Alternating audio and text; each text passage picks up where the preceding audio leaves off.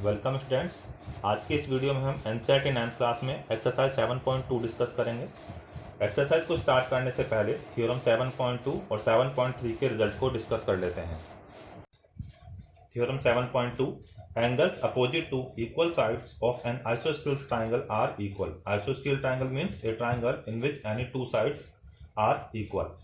तो यहाँ पर इस थ्योरम के अकॉर्डिंग अगर यहाँ पर साइड ए बी और ए सी को इक्वल लेते हैं तो इनके अपोजिट एंगल भी आपस में इक्वल होंगे। यहाँ पर ए बी साइड के अपोजिट एंगल है सी और ए सी साइड के अपोजिट एंगल है बी, तो बी और सी आपस में इक्वल होंगे। Theorem 7.3 the sides opposite to equal angles of a triangles are equal. Basically exercise 7.3 is converse of 7.2।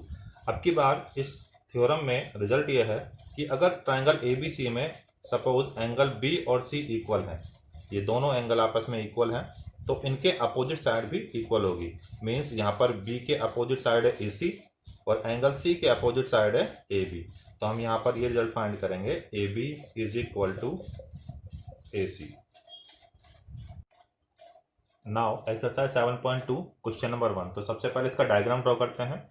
In an आइसोस्केल ट्राइंगल ए बी सी, तो एक आइसोस्केल ट्राइंगल हमने ड्रॉ किया A B C.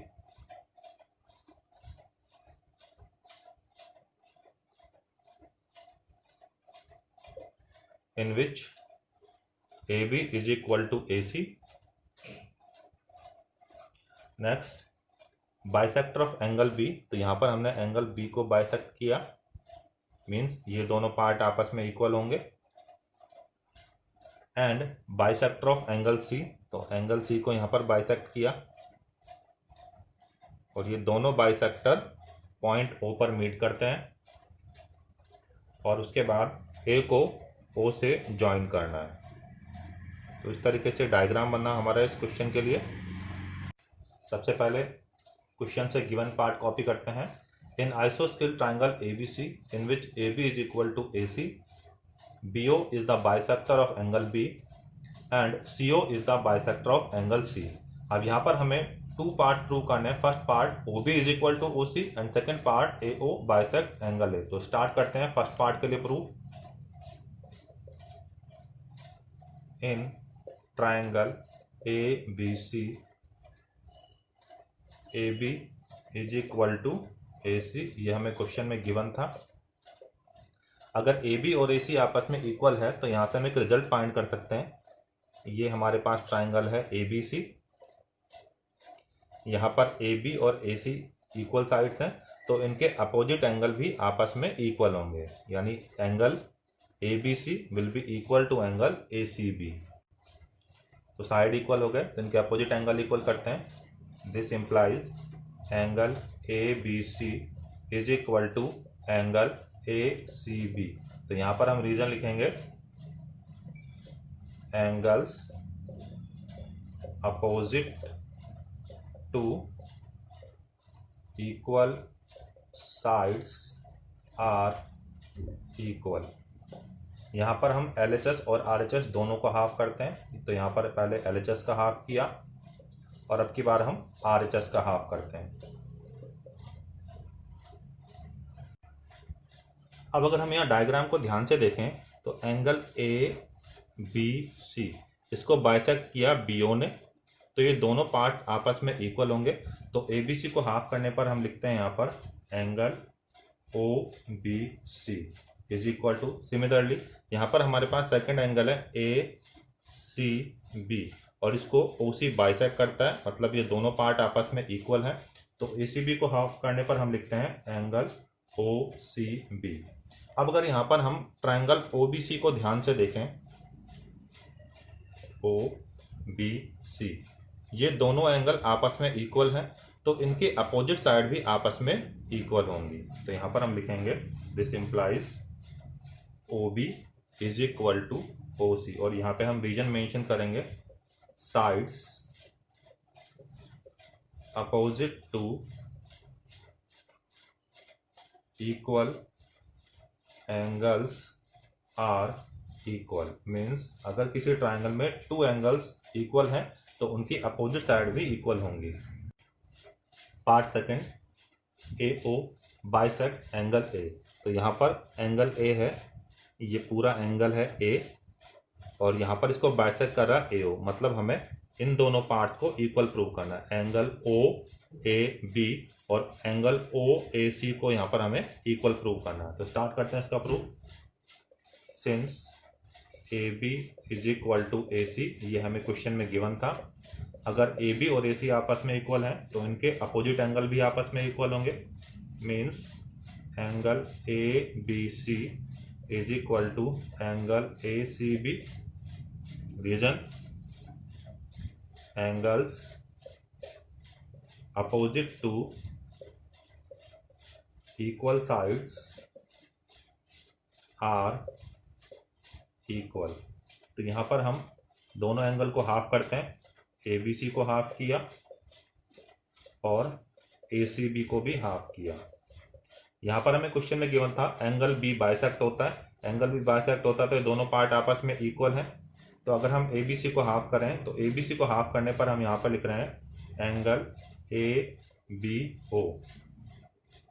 Similarly angle C को bisect करता है सी ओ, तो एंगल सी का बाइसेक्टर इस बार हम लिख रहे हैं ए सी ओ।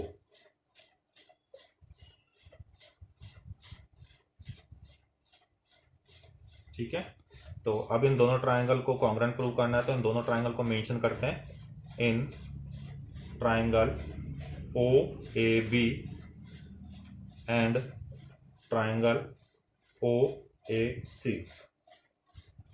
तो यहाँ पर angle A B O is equal to angle A C O, A B is equal to A C, और यहाँ पे अभी अभी हमने प्रूव किया O B is equal to O C. First part में प्रूव किया था। तो अब यहाँ ध्यान से देखें हम, साइड, उसके बाद एंगल, और फिर ये हो गया साइड। अब दूसरे ट्रायंगल में देखें, साइड, फिर ये वाला एंगल आया, उसके बाद ये वाली साइड आई, तो इससे दोनों ट्रायंगल कॉन्ग्रुएंट प्रूव हो गए। Hence triangle O A B is congruent to triangle O A C. तो यहाँ पे हम रीजन लिखेंगे एस ए एस, यानी side angle side congruence rule. और अगर ये दोनों ट्रायंगल कॉन्ग्रुएंट हो गए तो इनके कॉरस्पॉन्डिंग पार्ट भी इक्वल होंगे। कॉरस्पॉन्डिंग पार्ट यहाँ पर होगा, so angle O A B is equal to angle O A C. यहाँ पे हम रीजन लिखेंगे सी पी सी टी। और अगर ये दोनों एंगल आपस में इक्वल प्रूव हो गए, this implies A O bisects angle A. यही हमें प्रूव करना था। Question number 2, given AD is the perpendicular bisector of BC in a triangle ABC। यहाँ पर हमारे पास ट्राइंगल ABC है, AD BC के लिए परपेंडिकुलर बाइसेक्टर है, मतलब यहाँ पर 90 एंगल बनेगा और यहाँ पर भी 90 एंगल बनेगा। यहाँ पर हमें प्रूव करना है AB is equal to AC। Means ABC एक आइसोस्केल ट्राइंगल है जिसमें AB और AC आपस में इक्वल है। तो स्टार्ट करते हैं इसका proof. In triangle ADB and triangle ADC, AD is equal to AD common. यहाँ पर ट्राइंगल ADB और ट्राइंगल ADC को रेफर करते हैं, तो यहाँ पर AD साइड दोनों ट्राइंगल के लिए कॉमन है। उसके बाद अगर हम ध्यान से देखें तो ये दोनों एंगल इसमें 90 डिग्री के हैं। Angle ADB is equal to angle ADC। Reason हम यहाँ लिखेंगे each 90 degree and BD is equal to CD। Means ये जो परपेंडिकुलर है इसने BC को बाइसेक्ट किया था, तो ये दोनों पार्ट आपस में इक्वल होंगे। रीजन लिखेंगे AD is the perpendicular bisector of BC। अगर हम तीनों कंपोनेंट को एक साथ देखें तो पहले दोनों ट्राइंगल की साइड इक्वल हुई, फिर दोनों ही ट्राइंगल में एंगल इक्वल हुए, और उसके बाद दोनों ट्राइंगल में फिर साइड इक्वल होती है। तो यहाँ पर लिखेंगे this implies triangle A D B is congruent to triangle A D C, SAS congruence rule. अगर ये दोनों ट्राइंगल कॉन्ग्रुएंट हैं तो दोनों के कॉरस्पॉन्डिंग पार्ट इक्वल होंगे, मीन्स ए बी और AC साइड आपस में इक्वल होंगी। This implies A B is equal to AC CP CT। तो यहाँ पर हम लिखेंगे final answer, therefore triangle ABC is an isosceles triangle in which AB is equal to AC। Question number 3।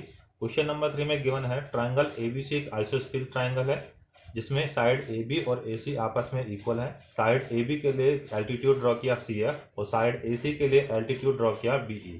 यहाँ पर हमें प्रूव करना है BE और CF आपस में इक्वल है।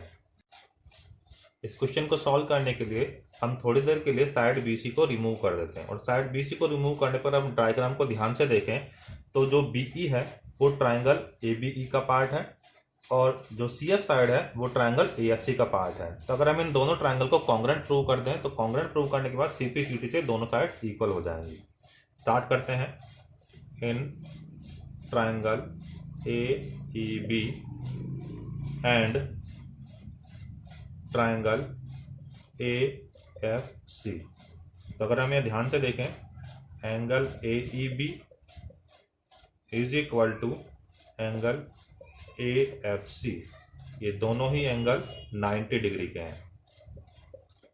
सिमिलरली अगर हम इन दोनों डायग्राम्स को ध्यान से देखें ट्राइंगल AEB में और सेकंड ट्राइंगल AFC में, तो दोनों ही ट्राइंगल के अंदर ये वाला एंगल कॉमन आ रहा है। तो angle A is equal to angle A common.